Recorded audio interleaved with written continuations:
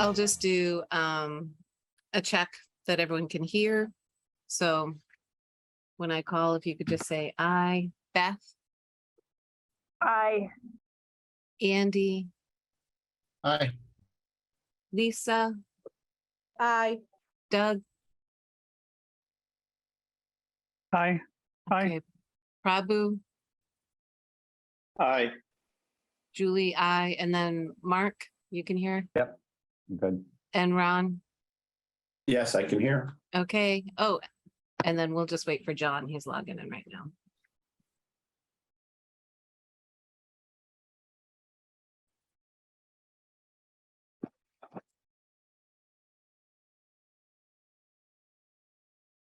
I'll check him after I start doing it. Okay, so good evening. This is an open meeting of the Library Planning and Building Committee. Oh my gosh, sorry, my cat is falling. It's being conducted remotely, consistent with Governor Baker's executive order of March 12th, 2020, due to the state of emergency in the Commonwealth due to the outbreak of COVID-19 virus. In order to mitigate the transmission of COVID-19 virus, we have been advised and directed by the Commonwealth to suspend public gatherings, and as such, the governor's order suspends the requirements of the open meeting law to have all meetings in a public accessible physical location. Further, all members of public bodies are allowed and encouraged to participate remotely. The order, which you can find posted on the town's website at www.grafton-ma.gov, allows public bodies to meet entirely remotely, so long as reasonable public access is afforded, so that the public can follow along with the deliberation of the meeting. Oh my gosh, my cat's tangled up in my earbuds. Ensuring public access does not ensure public participation unless such participation is required by law. This meeting will feature public comment. I guess Mark and Ron will be considered public. For this meeting, Library Planning Building Committee is convening via Zoom as posted on the town's website.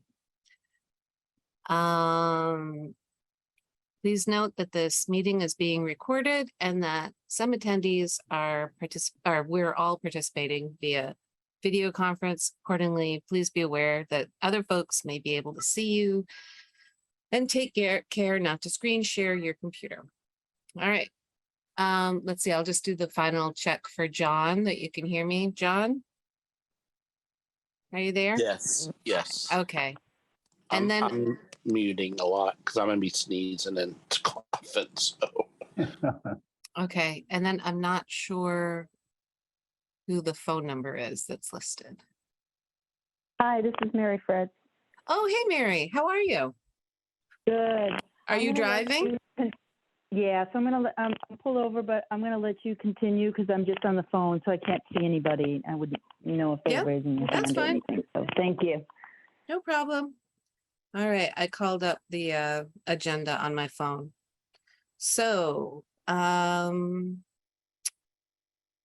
the meeting to order, and the first or second is the review of the meeting minutes that Beth had sent out.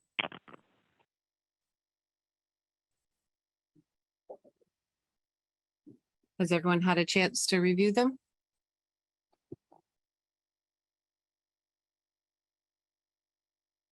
Yes. Yes.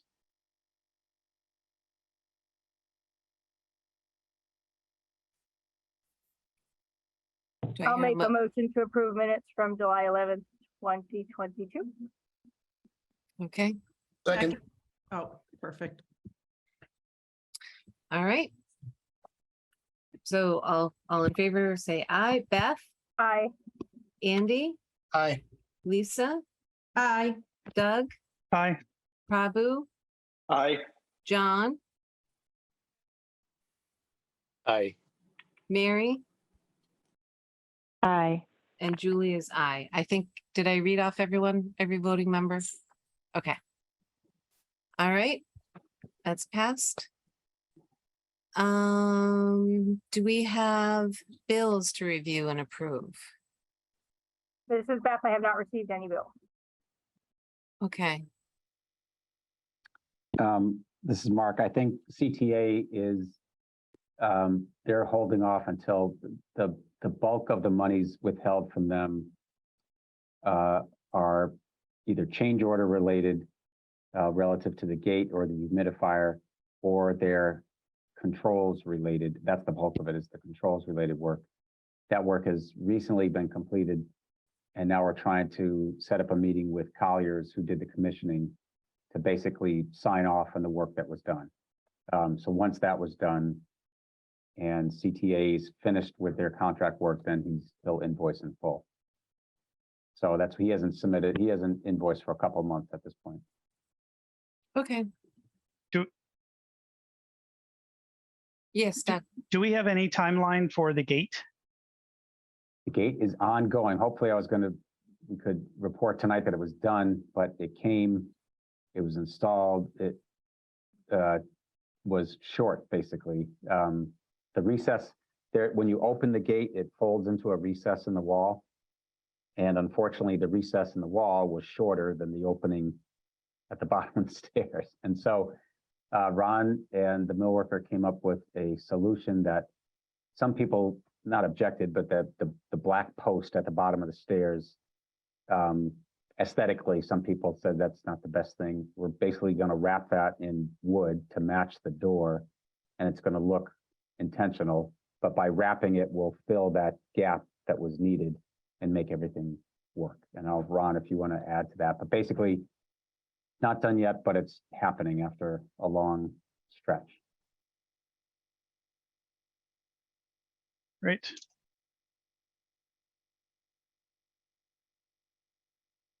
All right. So We that can, oh, go ahead. Question, when you said some people, was it people at the library? Was it, I just want to make sure, you don't have to give me names. I just want to make sure for the minutes, I say some people, I'd like a better description.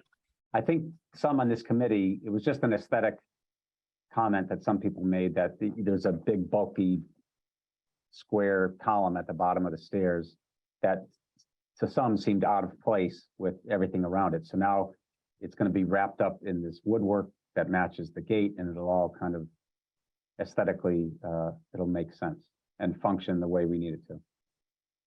Yeah. It was the black steel post that people were concerned with aesthetically. Right. Beth, Yeah, Beth. I had a concern, safety-wise, that the black post which sits at the end of the railing, if we expand it to meet the sizable gap, that now the post will extend into the stairway, people coming down the stairway. And I have not been on site, I've been sick, to see if the solution does in fact simply wrap the post in a thin veneer, or if it extends it and then people are going to come down the stairs and have to go around a post to get out the staircase. Yeah. So, thank you for bringing that. I was going to mention that when I talked about it later. Jeff Foote, who's the mill worker, and I met on Friday afternoon. If I'm getting into too much detail too early, please tell me. Okay. Well, it's gonna kind of tie in, right? Our next Right. Yeah. It's next not an thing is aside. the updates from the OPM and architects. So Okay. we So- can, Okay, I can finish go. to explain. Thank you.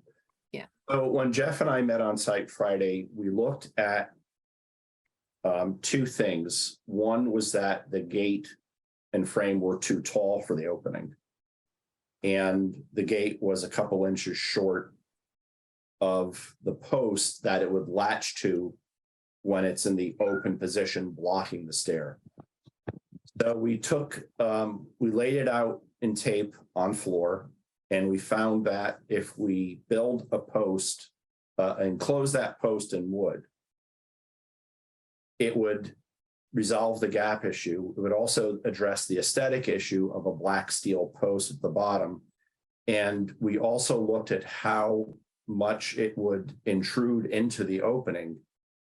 And the face of the post at the stair where it latches is no farther than the hand railing coming down the stair. So it basically is the size of the foot plate, the anchor plate of that post. And it's not something that people will have to walk around. Okay. That's good. All right, so, Mark, do you want to? Yep. Give us an update?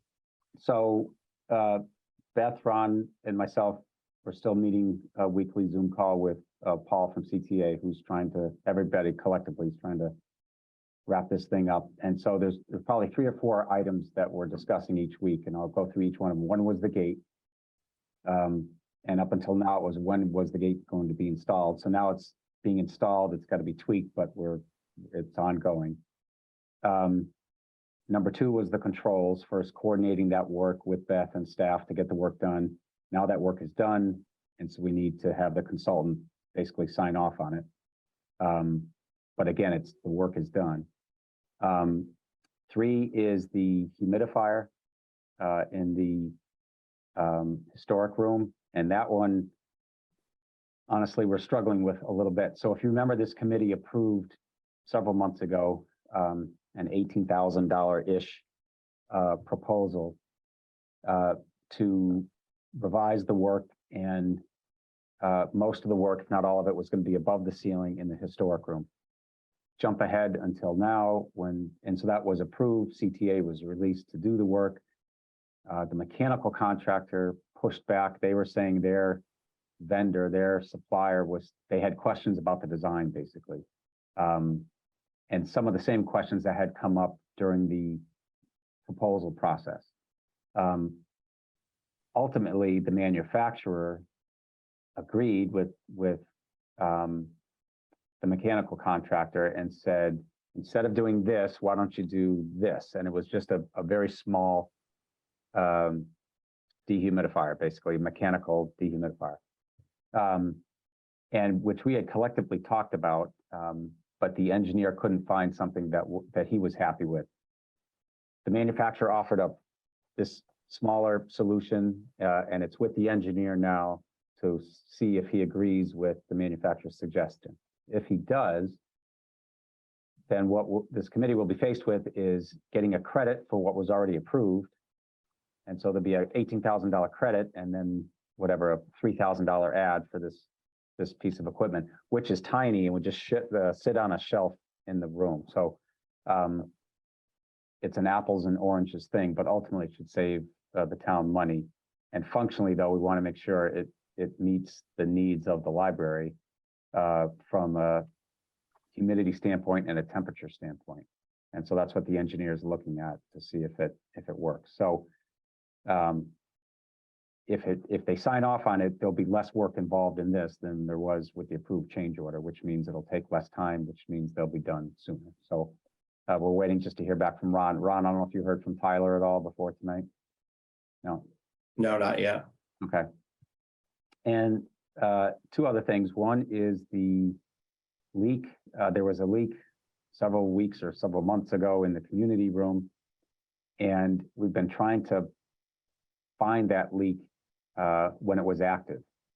To pinpoint, there was a proposal from the green roof installer and the roofer to remove everything, have the roof fixed, and then put everything back. But it was tens of thousands of dollars. So this committee rightfully, I think, suggested, well, before we do that, let's determine if in fact it is a roof leak and not something above the roof or a mechanical piece of equipment in the ceiling of the community room.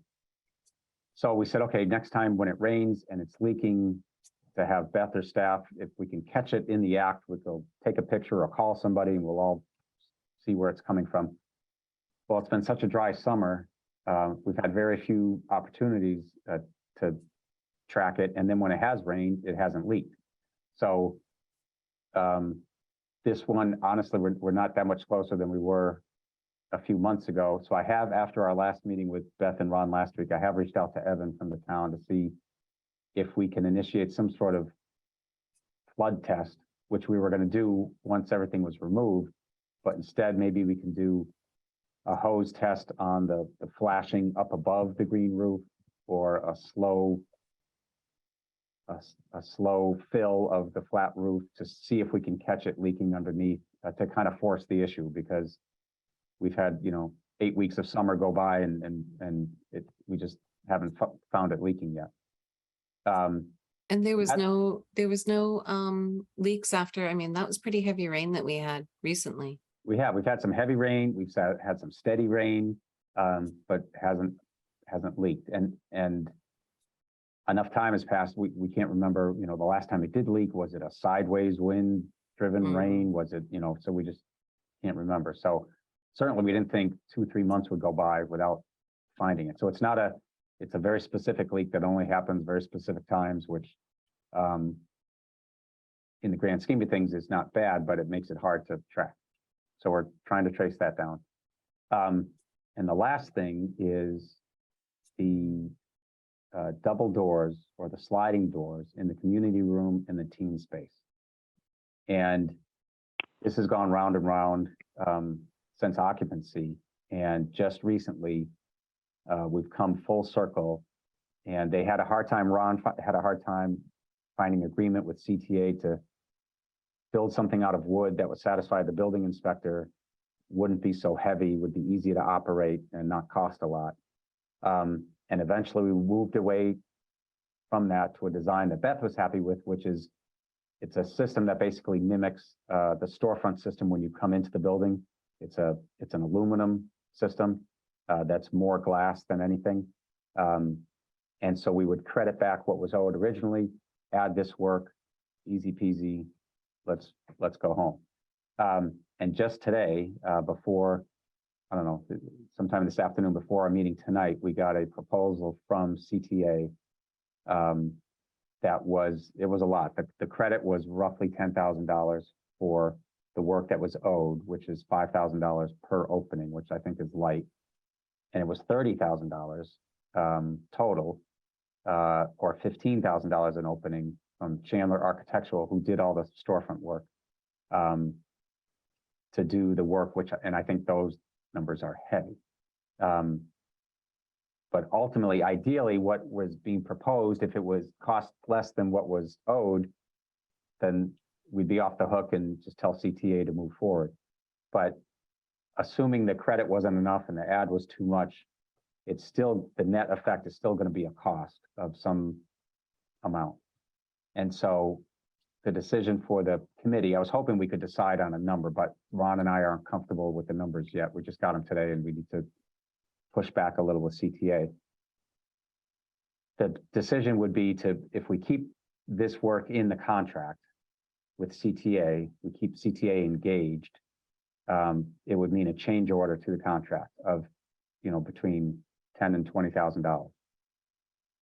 Or the alternative would be to take the credit from CTA, which right now is roughly 10, and maybe we can get that up to some amount.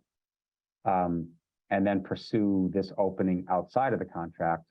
So that would allow us to close the contract and we'd pursue it through the capital campaign or the Friends of the Library or something, and we could work directly with Chandler or anybody local. It would become a privately pursued change, like the plaque, but just, something like along those lines, or the landscaping that this committee signed off on.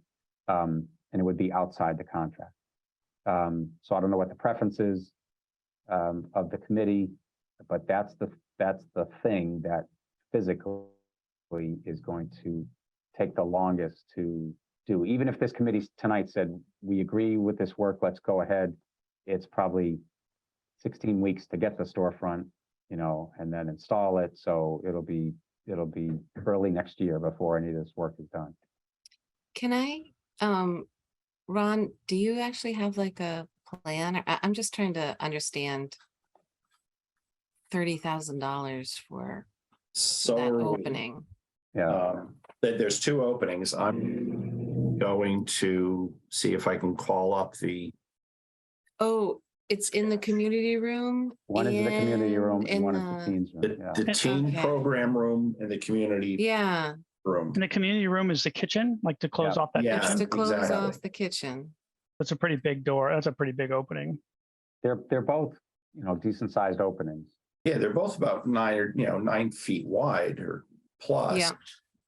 But we had wood framed glass doors in the base contract, Mhm. which I think, correct me if I'm wrong, Mark, I think Paul had given us an estimate for the wood doors with glass using a track system. And then we ran into an issue with the doors when they're in the open position, the opening not being wide enough to meet ADA requirements. So we went a bifold track. And then they came back and said, well, the doors are too heavy, to be supported by a hollow metal frame. But I think the number there was an ad for the doors of like for some reason, $14,000 is sticking in my mind. Yeah, I'd have to look it up and compare. So So, we've had 3 maybe proposals for 3 different iterations of this opening setups. We'd have to compare and contrast. so I'm just seeing if I can call up a drawing for the doors.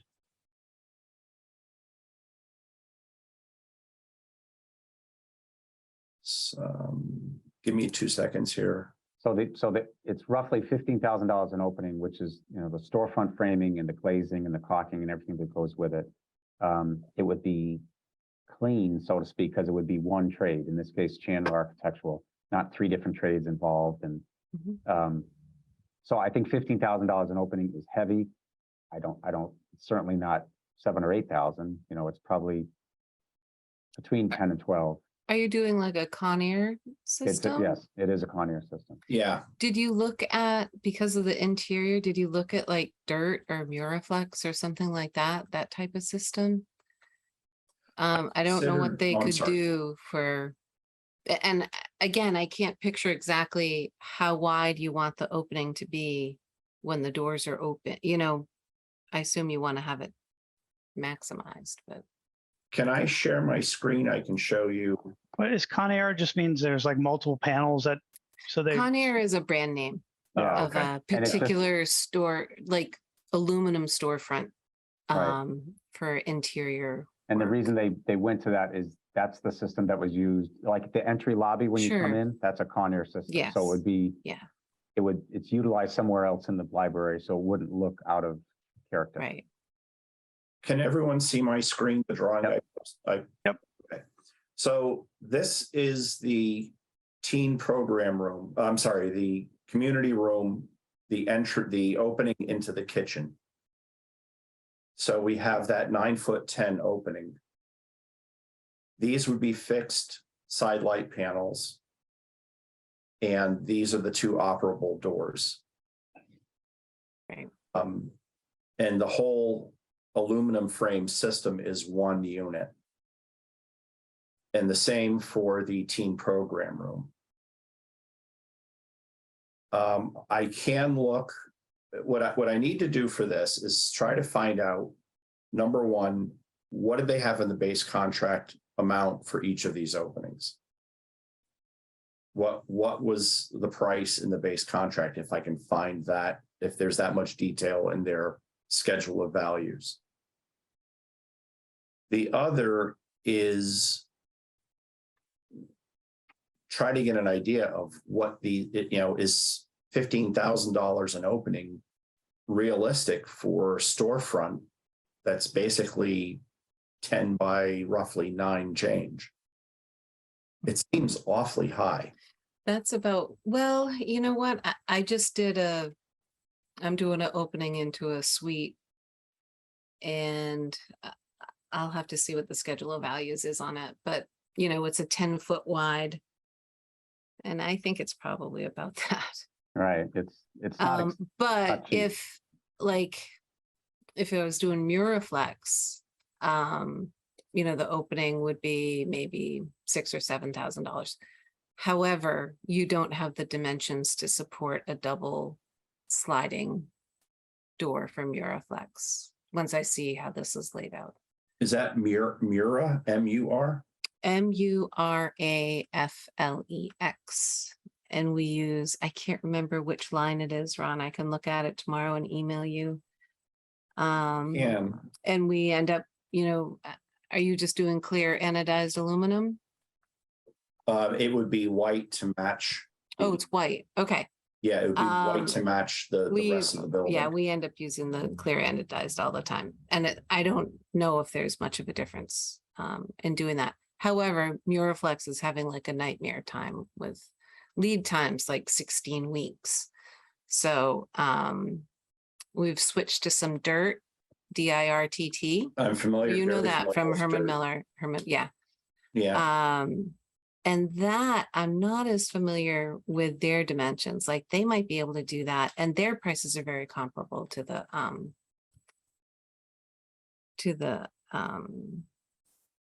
Connie. Muraflex. Okay. So it might be a savings, and that one you'd be buying it through a furniture dealership. Yes. You just have to make sure that you have the blocking. Although I'm not sure with your teen programs, you have, how does that work? You have a bunch of side light. Do you already have, already have those double side lights? No. And then you the have only thing we have right now is a hollow metal frame around this opening. The program room. Yeah, Right, but what, in the room. teen program room? In the teen room, this hollow metal frame system is already in place. Oh, So okay. we're infilling this 9'10" Yeah, existing opening. I think the Conair numbers aren't as crazy as they sound.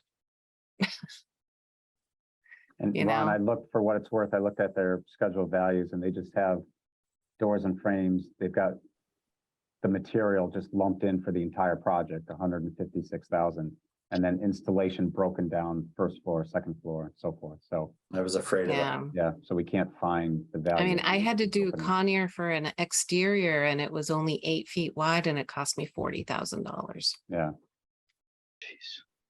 Yeah. Oh. so the You know- question is, if for the sake of argument, say these were good numbers. I mean, definitely double check them, but Yeah, yeah. right, but it's- so which we are, so Ron and I will, and believe me, if it was close and CTA had to contribute a little more to release themselves from the project, they would do that. But for the sake of argument, say this number was valid. I'm curious what the committee thinks about keeping it under the contract, or if you pursued it privately, you'd save CTA's markup. Mhm. And I could help coordinate, say you stayed with the system with Chandler, who was the subcontractor who did the work on the rest of the thing. I could work with Chandler to make sure until the work was done. But you'd save on CTA's markup on Chandler's work in their own, because they had numbers in there for oversight and so forth. But there's a cost, there's a delta there between what you're getting back and what it's costing. And so it's either keep it in the contract, keep CTA on the hook for that oversight and coordination, which there's certainly a value to that, or just take the credit from CTA if it's a agreed upon number that Ron and I can sign off on, and pursue this, whether it's with Chandler or whoever vendor of your choice, and pursue it privately. To add to that very quickly, I would also work with Mark through to completion if this is done outside of the contract. So you'll have Mark and me overseeing this whole thing through completion.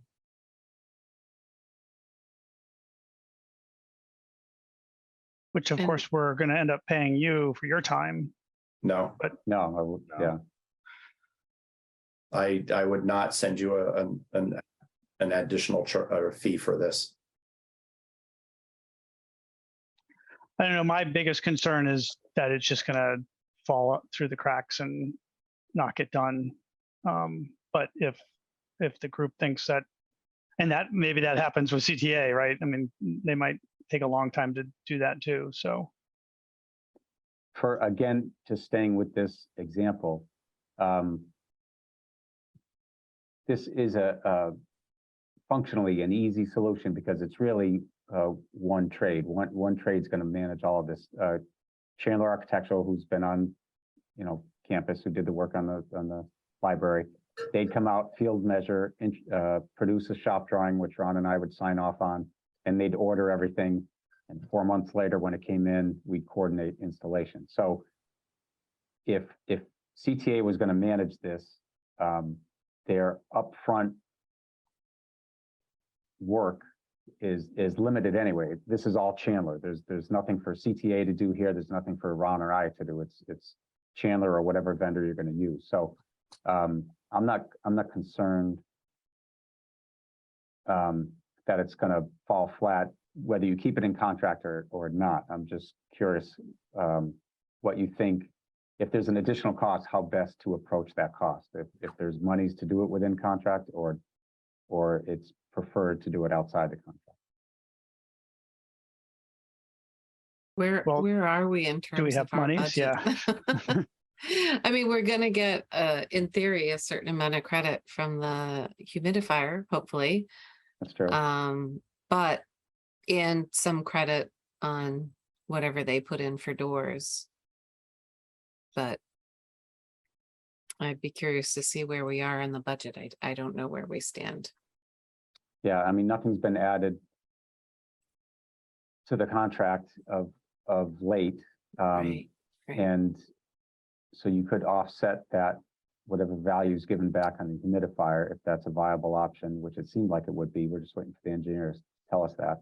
You could offset that against this. And maybe if it's within shouting distance, I could have a conversation with CTA and just say, if it's a few $1,000s delta, just make this go away and let's call it a wash and proceed with this additional work, and let's go.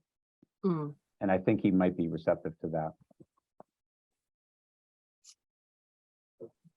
So that might be something. Say you get a $15,000 credit on the dehumidifier, and this was going to cost 20 plus. There's a $5,000-ish delta.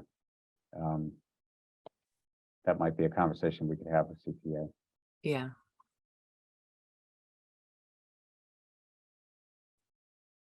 But that's essentially it. So we've got the gate on the run. We've got the controls on the run. Struggling with the leak just because it's not leaking. And this is the last big lift that this committee has to deal with as far as cost and schedule. I had a question about the control work. I think we had $70,000 set aside for this control work. Did that come in at $70,000? There's no additional cost. We held 70,000. Yes. Until the work was done, until it was signed off, we wouldn't release that 70,000. So whether it costs within that or twice that amount, you're not going to get billed any more than what was held. Okay. So we're just looking for, so one thing that I should mention that came up, so Colliers was the commissioning agent. And they're done. Their contract was done months ago. But now we have this recently completed work that we're asking Colliers to sign off on. So there's going to be a bill from Colliers that ends up on somebody's desk. And so I've talked offline with Paul from CTA and said, what I can imagine happening is that the committee is going to approve that bill, but then we're going to back charge CTA for whatever that amount is. And he was saying, basically, if you need to do that, do that. However, we're headed for a fight with Veterans, who's the mechanical contractor. I'm hoping to avoid a fight. And if you give us another bill, you're just itching for a fight. And who knows if that's just talk or what, but just a heads up that there will be, I don't think it's gonna be a big bill from Colliers, but there is going to be an invoice that we're going to have to process. Yeah. There was a purchase order for Colliers, and I just searched quickly to find it. There is a little bit of money that we had still set aside in the Colliers contract, so some of it at least. Okay.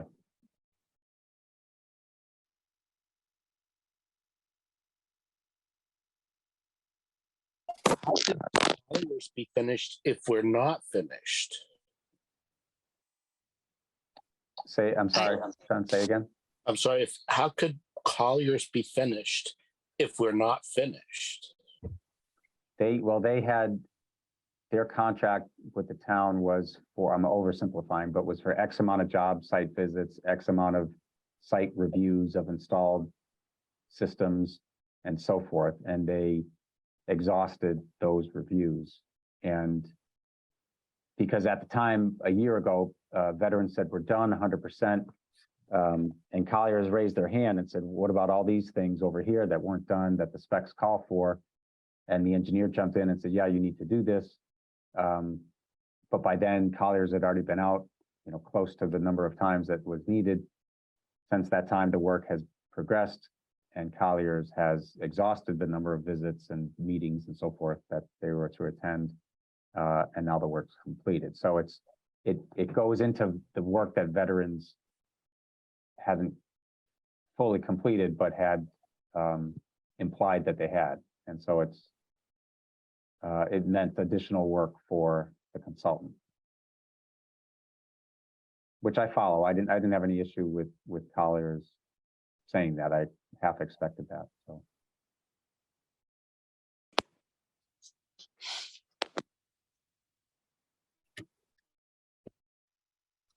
All right, so do we need to vote on what we're gonna do with I think for me, it's hard to vote without knowing exactly where we stand in our budget. And I don't know exactly who has those numbers. Andy? I don't, but I had a question pertaining to we talked about doing stainless brush caps on the glass panels going down the stairs and possibly pulling that, instead of doing that as a change order, doing that, paying for materials and having another contract to do that in a similar situation. Did we get any resolution on that as well? Just as something that seems like an additional outstanding charge we need to account for. Yeah, at the last or the one before committee meeting, we decided it was something that could be pursued, but we wouldn't pursue it within the contract. Most of that material was a buyout material where you can just, from a catalog, you can just purchase. We don't have to go through somebody to get it. So it was decided that it's probably a good idea to pursue, but we could pursue it privately outside the contract. So there's been no change order that's been approved. There's nothing CTA is doing against that. And Julie, to your point, I don't think there's anything to vote on tonight. I was hoping that there would be, but at some point in the next week or so, Ron and I will have the number, whatever that number is going to be. And then it would be, ideally we'd have two numbers. Here's the credit for the dehumidifier. Here's the ad for the doors. The net result is X, and then put it up to the committee, and you could have a, vote by email or something. But I think this should be the last thing that we need to resolve.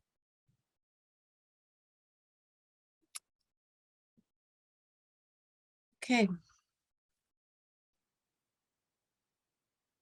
All right. And then I forget where we stood with the millwork. Have they worked on lowering counters, or has that all They haven't happened? worked on it, but just recently it's been resolved, and Ron, I'll let you take that one. Sure. As I said in the meeting minutes, I had been asked to get a second estimate. Yeah. Fortunately, that took quite a while to get contractors to even look at it, and then it took additional time to even get pricing back. That said, Friday afternoon, I got the second number back, reconfirmed the original estimate I had, and we have a decision within my company as to which company we're going with. We are putting together the letters of agreement with the contractor, the vendor who's going to do the work, as well as we'll have a letter for a letter of agreement for either the building committee or the town, whoever has jurisdiction over the contract. And we'll get that moving. The vendor that we selected, I asked, give me a rough idea of when you can start the work. He gave me a start date of roughly in 4 weeks from now, I'm going to, as we finalize the agreement, I'm going to see if we can pull that up, because there are counters that just need to be lowered. There's no cabinetry underneath, et cetera. Right. This might be quick hits that I can get them started early, because there's no real fabrication involved.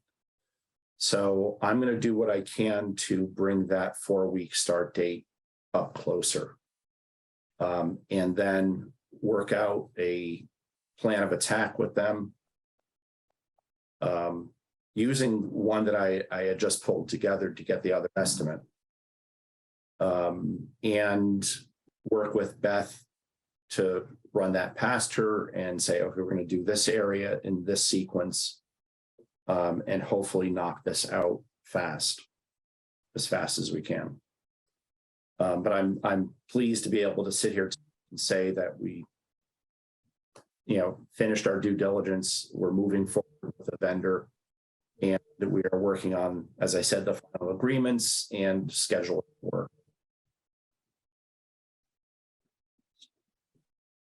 Okay. If Mark is finished with his report, I can go back and touch on a few other things. Yep, I'm good. To go back to the gate for a second. This committee in previous conversations had voted to eliminate the support wheel from the gate. In revisiting that, the wall was not framed out per plans.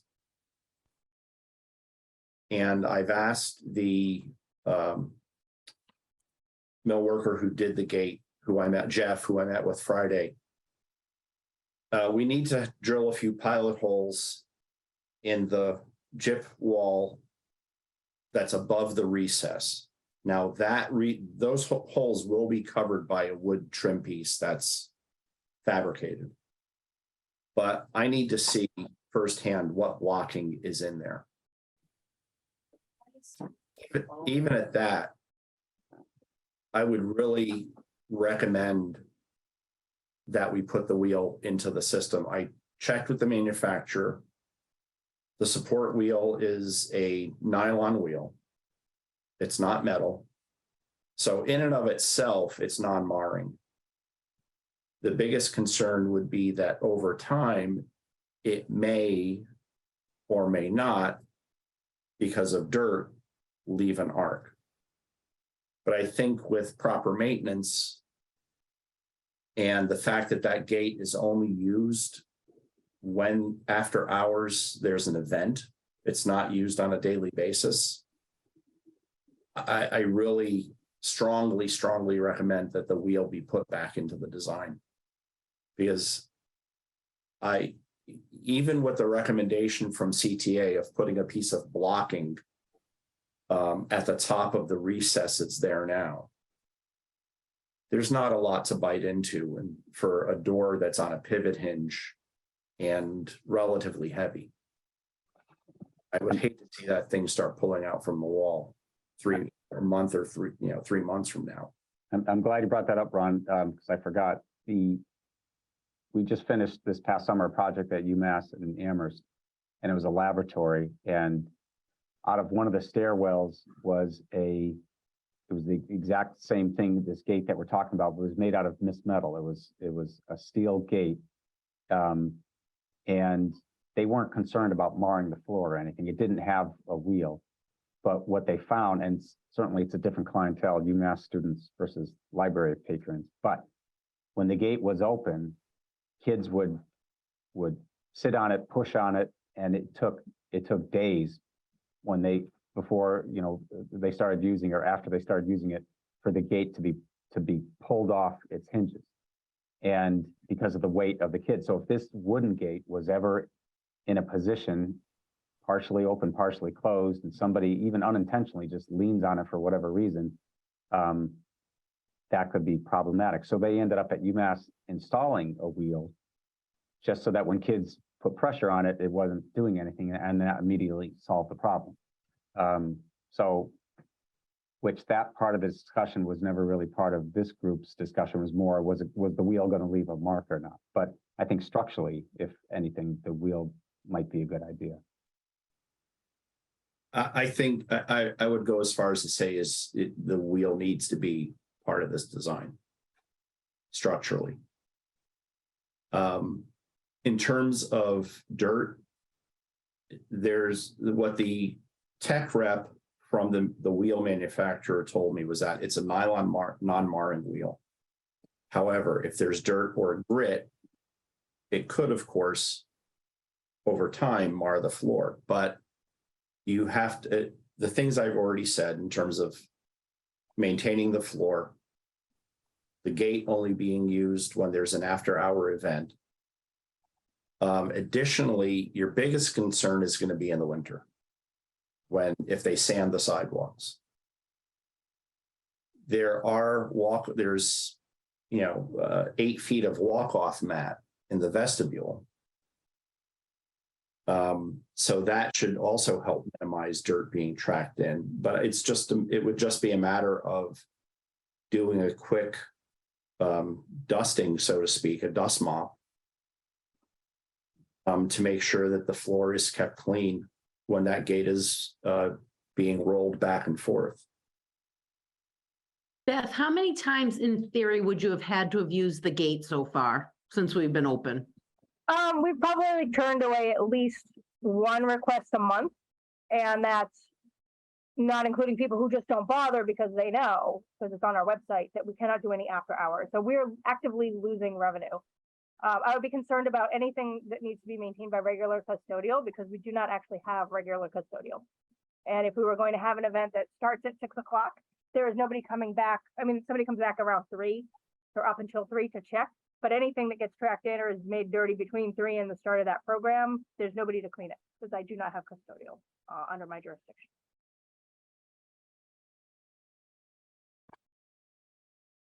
Well, it's the risk of over time possibly marring it's porcelain tile. It's pretty durable stuff. Yeah. That said, it's the potential risk of being able to see an arc on the tile versus the almost guaranteed issue of that hinge pulling out of a wall over time. I think the wheel is worth it, but I do think that we are going to be busy with at least one event every weekend as soon as it's up and running, because I see posts all the time about where in Grafton can I go to have a birthday party or reception, a meal, whatever. It will be. Yeah, and Yeah, we want that, right? We want that to happen. Right. I know we talked about this like at length in many meetings before, but I mean, could you put like a little black carpet mat at the base of the stairs that makes it look like some place where you'd wipe your feet when you go up the stairs, especially in the winter, but then that thing would roll over a really thin piece of carpeting? Where I would put it would be in the entry in between the RFID gates. Right, just as people are walking in. Okay. As people are walking in. Yeah, that we can do. So I make a motion that we approve this nylon wheel. Yeah, I second. All right. Thank you very much. I can sleep now. Do I need to do the full? All right, Beth? Aye. Okay, discussion. Okay. Discussion. All right, Andy.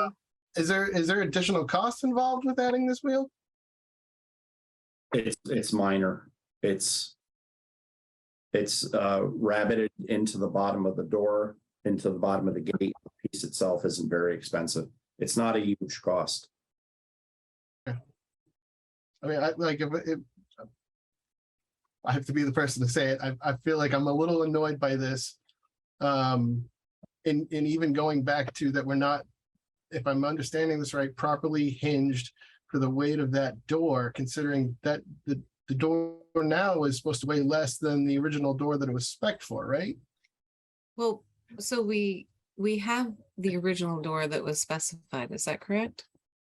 Yeah. And it was always designed to have the wheel. And then during discussion, during construction, everything, it was brought up like, no, we don't want the wheel. And I, you know, so then we started exploring other things, but really it's been designed all along to have a wheel to support a certain way. So we were trying to make it not be supported by a wheel, and that's where it's failing. But that was after it was constructed. Okay. Do I have that right?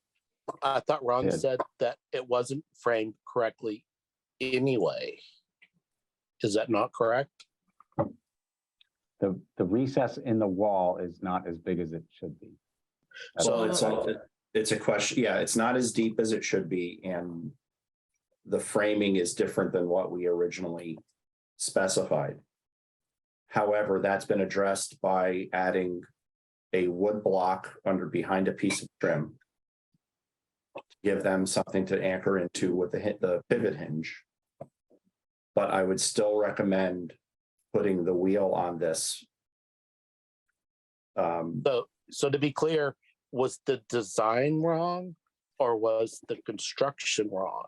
They didn't build to spec. They didn't build the spec.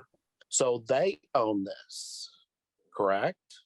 They own the blocking, so the workaround, to Ron's point, was to add some additional blocking now that would be hidden by trim. So the net effect would be, so they're doing the blocking now instead of to the extent that we wanted earlier. And there's some confusion. That's why Ron mentioned they were going to drill some holes in the wall to see what's behind the wall. It's been so long, nobody can remember how much blocking they put in that wall. So what's there might have been what was specified, but we know the recess isn't correct. And that's this new design. I addressed all of those inconsistencies, but didn't. Okay, just because so that I can learn from this, how is that supposed to be caught along the way if they didn't build to spec? Who catches that? All these consultants that we pay to check everything. It was caught by Ron at the end of when the wheel versus no wheel discussion came about. No, but And- to me, it should have been caught long before that, right? That would be a tough one. I mean, that would be during construction, you'd have to be measuring openings versus the width of the gate to determine, we're talking about inches here, and I don't know that, and it would be reasonable for whether it was Andy back then or Ron after the fact to have picked that up. Certainly if there was blocking there or not, that's the contractor's responsibility. And we think there's blocking there, we just don't know how much is there or not, so that's what we're going to find out. But the But blocking just as issue again, can be I'm not addressed. going to let Andy be the only person to be disappointed. We have paid so many consultants to do so much oversight, and it seems like it still falls through the cracks. That I just can't wrap my brain around that. I don't understand. To me, Little and it's one of those small. things that would have been caught as soon as they installed the gate. It just took a year to install the gate. Well, So- it's like your building falls down and then you find out it wasn't built right. That's not the way we're paying people to do their job. That's all I have don't to say. know that I agree with that, John. I think to Doug's point, when the gate showed up, when the original gate showed up on site, Andy raised his hand basically and said, wow, this thing weighs a lot. Is this really what we want to do? And if you put a wheel underneath this thing, it's going to leave a mark on the floor. And then we went way down a rabbit hole, months down a rabbit hole with different designs and so forth, and came out with this new design several months later, which is now just being installed. And the question about the wheel has resurfaced, where to me, it was a good idea at the time. It was worth discussion, but ultimately we probably should have either just stayed the course or never had this wheel discussion, because it would have turned into a maintenance. In retrospect, it would have been a maintenance concern down the line.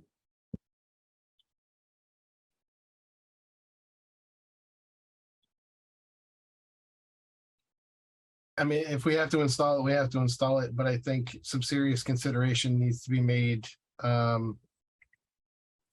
towards getting Beth additional custodial help.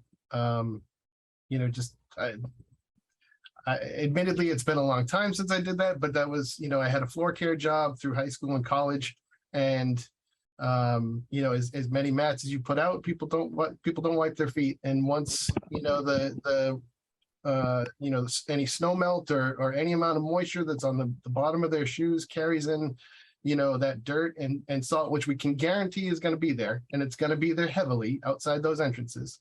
It doesn't come off simply with, you know, a broom or a dust mop. You know, it has to be like wet mopped up and given the appropriate amount of time to dry. And you know, over the winter, likely multiple times a day. Now, I realize we won't be closing that gate multiple times a day, you know, every day.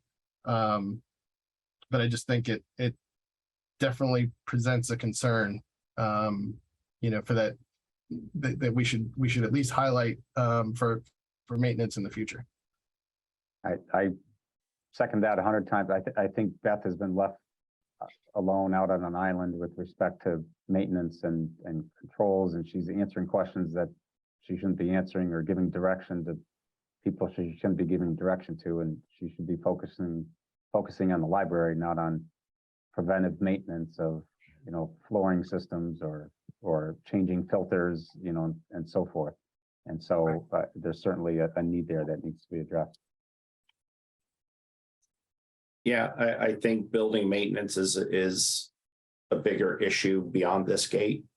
Having seen some of the, having walked through the space and seeing some of the stains on the carpets that haven't been cleaned up, I feel for Beth having to chase all of that down and try to get maintenance done in the building.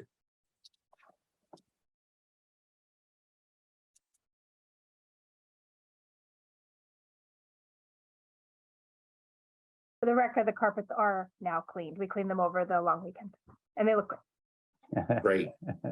Good to hear that. They cleaned up well. They did. Yeah. Good. Yeah, the product is fine. It's a Milliken carpet. It's very durable. It's easy to clean. It's just a matter of having the people on hand to vacuum it and clean up spills that people leave behind when their coffee falls over. Okay. Shall we vote on the wheel? What was the motion again? Just to approve the wheel? All right, To put the wheel back into to the, put the wheel back in. Okay, Beth, Aye. Andy, Aye. Doug, Bye. Lisa, Hi. John. I have bad connection, I guess. Okay, Mary Aye. and Julie, aye. thank you. All right. One other comment about the humidifier is that in addition to having the engineer look at the unit itself and make sure it does what is needed to be done, I'm having him look into the temperature controls for the, as we had discussed, Mark, Beth, Paul, and I had discussed in our last meeting, to make sure that since this is a different system, the other humidifier was integrated into the HVAC system. This is a standalone humidifier, so we just need to make sure that the proper controls are in place for the room. It's nothing you have to worry about. It's just a follow-up to acknowledge that it's being looked at. Will this have to be drained manually or will it connect to some drainage system? From what I've seen in the cut sheet that the vendor sent us, it has its own drain, does not need to be drained manually. And that was also part of the original design for the humidifier unit, that it connects to the building drain system. So was the larger unit over engineered if they're using a much smaller unit? That's been the whole discussion back and forth with the manufacturer. You know, it was too big for the room, but it could be run in a way that would accommodate that room without causing a problem. And that we had a meeting with our engineer, representatives from the humidifier manufacturer, representatives from the HVAC subcontractor. A solution was agreed to. That's how we got the PCO and change order for, I think it was close to $19,000. And then waiting for it to be installed, the subcontractor came back and said, you know, I don't think this is going to work. And somehow managed to get a letter from the manufacturer saying they don't recommend it. So, you know, the conversation has gone back and forth so many times. You know, we had a solution, we moved forward with it, and the issue was brought up again a few weeks ago by the subcontractor. So that system could, you know, in theory, could have been downsized to operate for that size room, but the manufacturer won't stand behind it.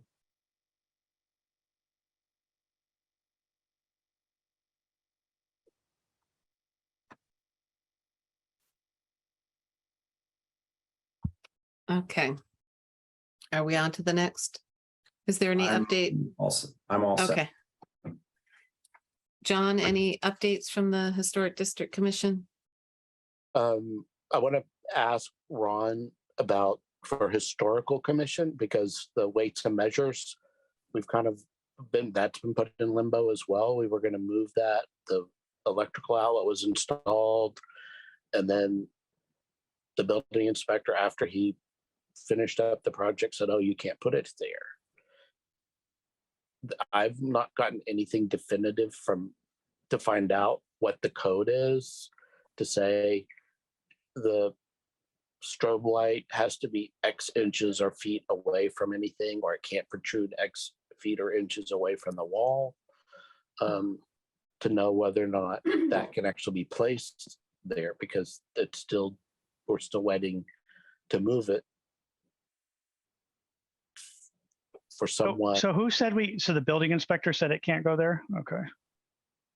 Right. There's a strobe above, is that? Right. There's a strobe on the wall, and I don't know if I can't remember exactly where the electrical outlet is, but it's on that wall. But there are bookcases on the other side of the room that are built in, and the strobe is right above those. The bookcases are probably a foot deep. This is probably 2.5 feet deep in terms of, you know, projecting out from the wall. Hold on, Beth has something to add. It also blocks a required sign for the electrical room door. So there were 2 or 3 different violations if we place that cabinet there. And as we still don't have final occupancy. So like if he says we can't have it, we can't get our certificate. Well, he's not documenting anything to say. That's the problem, is I'm going back to the historical and not having a real good answer. Yeah. And nobody's telling me what the code is or what the requirements are. Can it not be scooted over so that the sign for the door for the electrical room isn't blocked? And we paid for the electrical work for that specific thing, right? Or did we? I can't remember what we did The there. historical paid for it. Nobody has paid for it. I actually just forwarded the invoice again. I gave it to Dana and said, if this is not moving, I think Capital Campaign has to pay for it. But Historical has not paid it. I sent it multiple times. I thought because there were 2 bills for 2 different things, and that got all straightened out. Yeah, Because it somebody still said, has we not- don't even know who this is. It still has not been paid by anyone. It's quite overdue. And this is located in the historic reading room? Near where the old lift used to be, that side, the north It's in, side. I think it's right in front of that door, right? The old lift door. And there's an electrical for a closet picture. over there? Is that what? Yeah, Oh, and the electrical closet is on the same floor height as the reading room, is that it? Like, I know, then there's, okay. And what about the signage? Can the signage get moved? I mean, is it a matter of inches or? No, there's no room on the opposite side to put it because the bookcase goes right close to the door. Uh-huh. Yeah.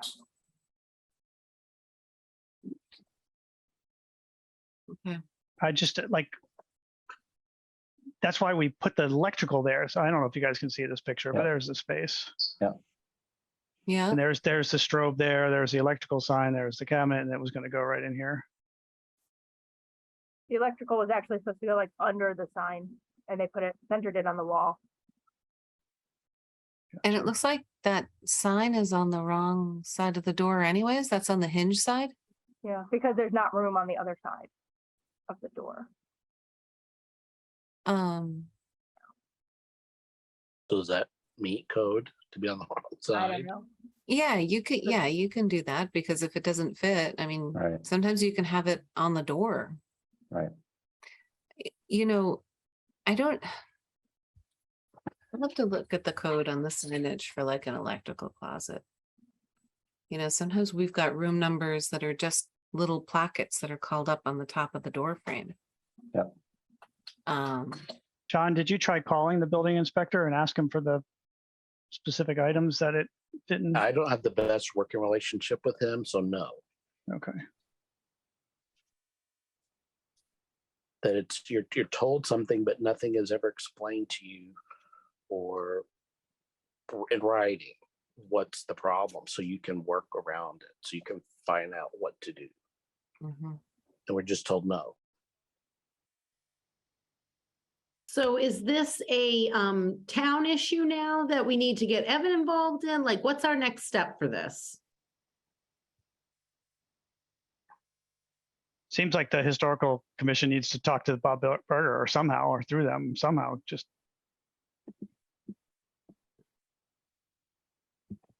I'll tell the chairman that he needs to address this with Bob specifically, because I'm not, other than the only thing that I was aware of is that it could not be placed there because of the strobe, but without any detail as to why not.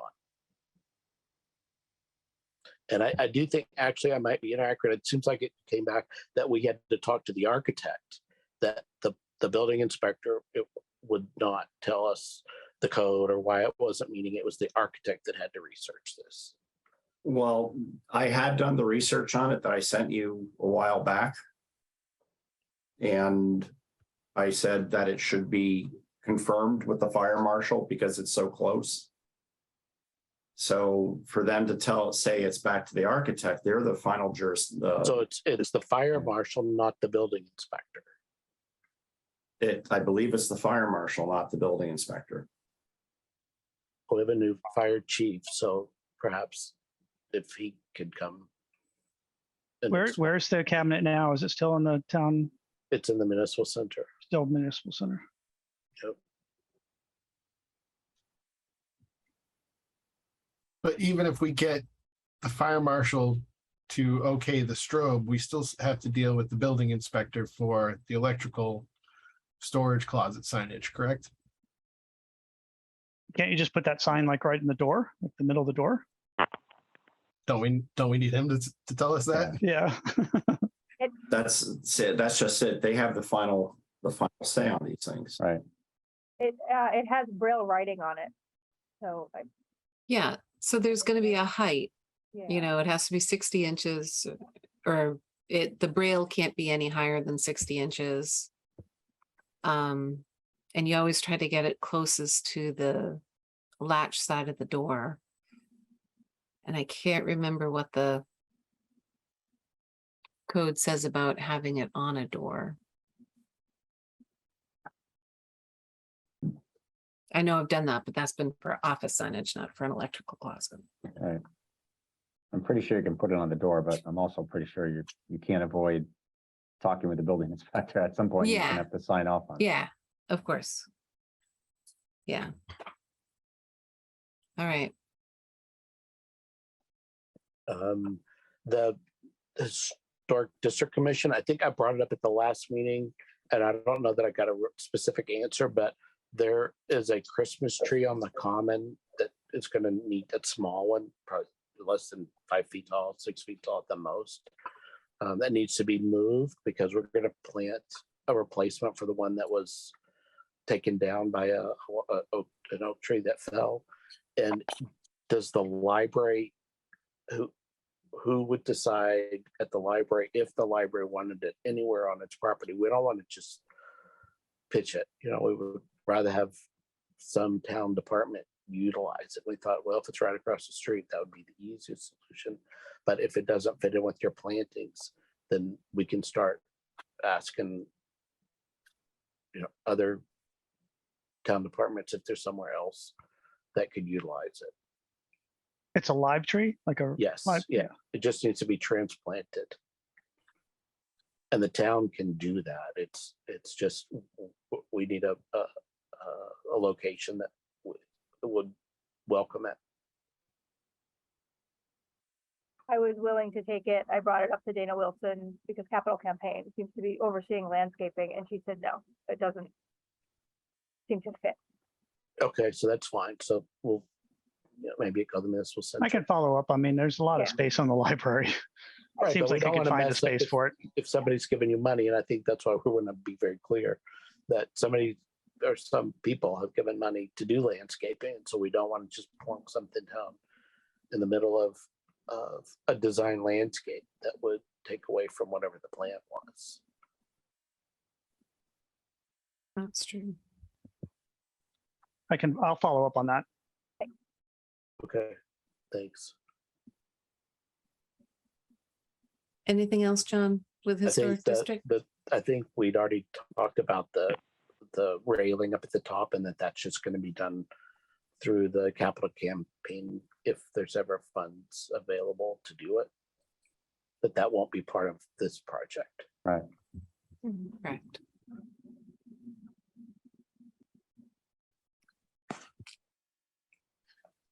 All right. Is there anything else? I'll just give a Yeah. real quick update. Yeah. So the capital campaign did purchase park benches. So we have 6 benches that are getting installed. There's 4 around the little circle in the common entrance. And then you'll remember the little spoke sidewalks. There used to be a picnic park bench on that area. So they're going to get installed there. We're just, and DPW has agreed to install the concrete pads for them. So it's just a matter of finalizing the location for them and getting DPW to do that. Nice. So that's good. And the patio lights, the town was hesitant to install wall anchors in the brick wall, even though it's a very common anchor to put into a brick wall. So we're still kind of figuring that out. There was going to be like 3 wall anchors in the brick to just to anchor the supporting wire for the patio lights. And that's the piece we're kind of waiting to get resolved.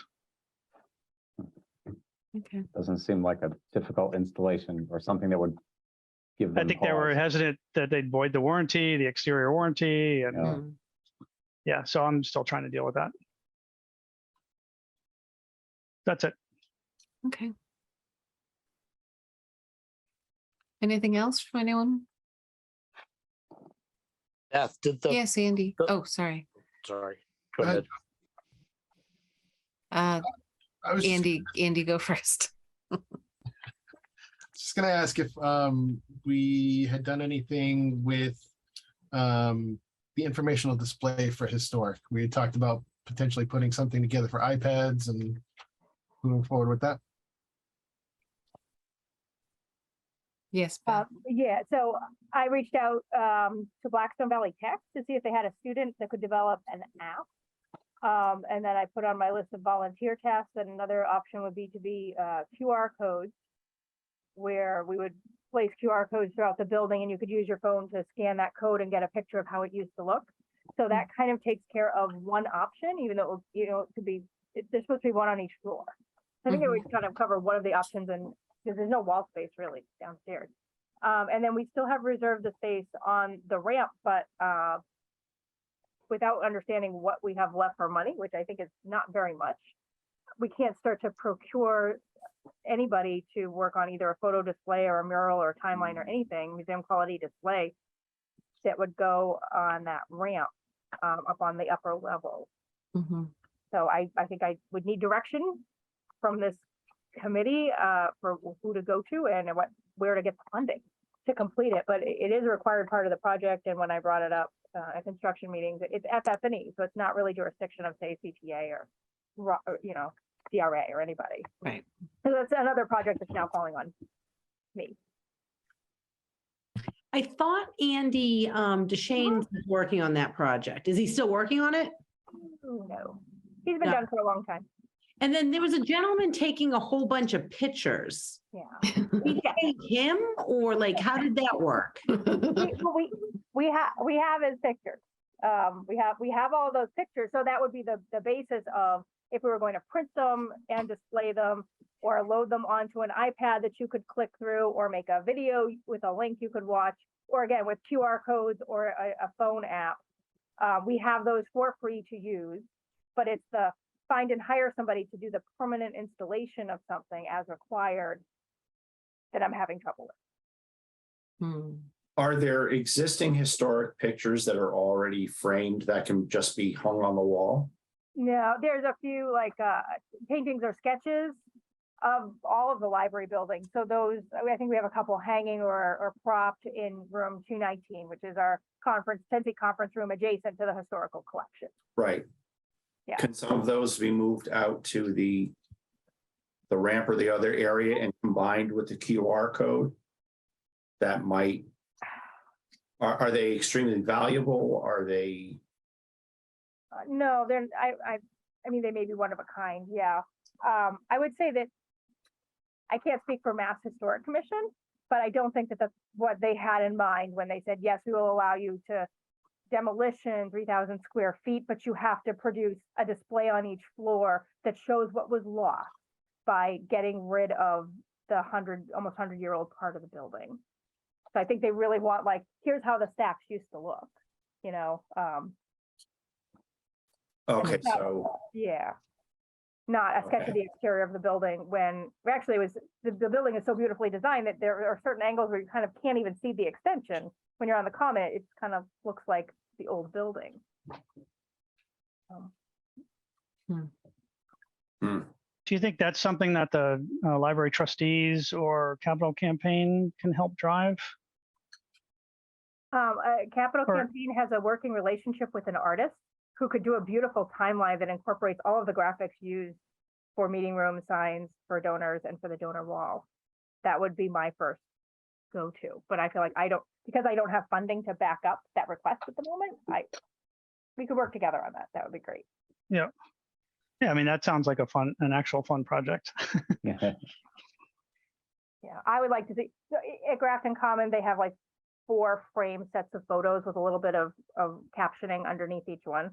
I would actually like to see on that ramp a timeline with, photos and text, historical timeline, and decorated with those, flowers and bees and. Sounds cool.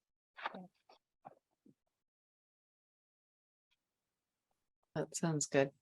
John, go ahead, Beth. Yeah, if I can keep going, I did want to alert you that we do still have 2 other leaks that we're trying to resolve. One, which is new in the circulation workroom upstairs, which somebody was supposed to be sent out from the construction team to look at. And we've had an ongoing issue with the door, the emergency exit in the teen room. So we're working to resolve them, but it's not just the community room that's leaking. Okay. So Beth, when you say you're working to resolve them, what does that mean? And is there something we can do to support you? I've been seeing Mary Fritz on our conversation. Okay, all right. Yeah, so I send pictures and then we talk about it in a construction meeting and then somebody gets sent out to look at it or address it. Paul DeRoth actually showed up himself to do some sealant. And the top of the door in the teen room is actually leaking less, but I still have an issue on the bottom. It might just be a $17 fix to put a sweep on the bottom. I'm still spending a lot of time on this building. Right. And I think, John, you had one more thing that you wanted to bring up. I think it was just to kind of follow up with Beth regarding the raised gardens outside. Did that ever get done the way it was planned or designed or what you thought it was supposed to be? I think there's a disagreement in my communication of what I was expecting and what came out. My understanding is capital campaign will help Okay. get actual raise bids that are also ADA compliant in that first year. Because I knew you had some concerns. I just want to make sure that didn't get forgotten. We decided to not do anything with them this summer. Gotcha. Thanks. Mhm.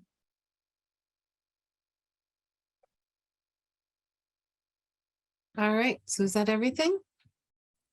We should talk. This is Mary. Oh. Oh, I'm sorry, Oh. Julie. This is Mary. I just wanted to Yeah. circle back again about the leaks because like Beth said, it's not just the community room, and I'm feeling like it just is. They're just going to put a Band-Aid on things, and if we could get some sort of report through you, Mark, or Ron, just so that we're not forgotten, and it's easy to blame the roof people or the people that put the roof garden up. We just need, I don't know, I think some more documentation, to a report maybe from the roof people saying that it's not them and this is why, or how do we stay on top of them? So understood, and I agree. So that there's a recent roof leak, which is very recent, that just came up, and CTA, when it came up, they called the roofer. The roofer put a work order to go out to the library to look at it. So we're waiting for the results of that. And on the teen room door, that one's been an older one. So that's not a roof leak, that's a door leak. When it rains hard, there's water coming underneath the door, and it was also coming from above. We fixed the coming from above part, but not below. And so we're looking at different options. There's also a grading issue in that area that's enforcing this leak opportunity, I guess. And so there's a couple of things coming into play, but CTA is aware of that, and Paul from CTA has been out there himself to address that. So I can send out a report, or I can CC you on the Mary, on the weekly job meeting minutes where those items are discussed. And once they're there, we just keep tracking them until we get rid of them. And believe me, CTA wants to get out as much as we want them to finish. So, but I won't lose track of things, and I'll put up some sort of, even if it's informal, report on like a status update week to week on these items. Perfect. Thank you, Mark. Yep.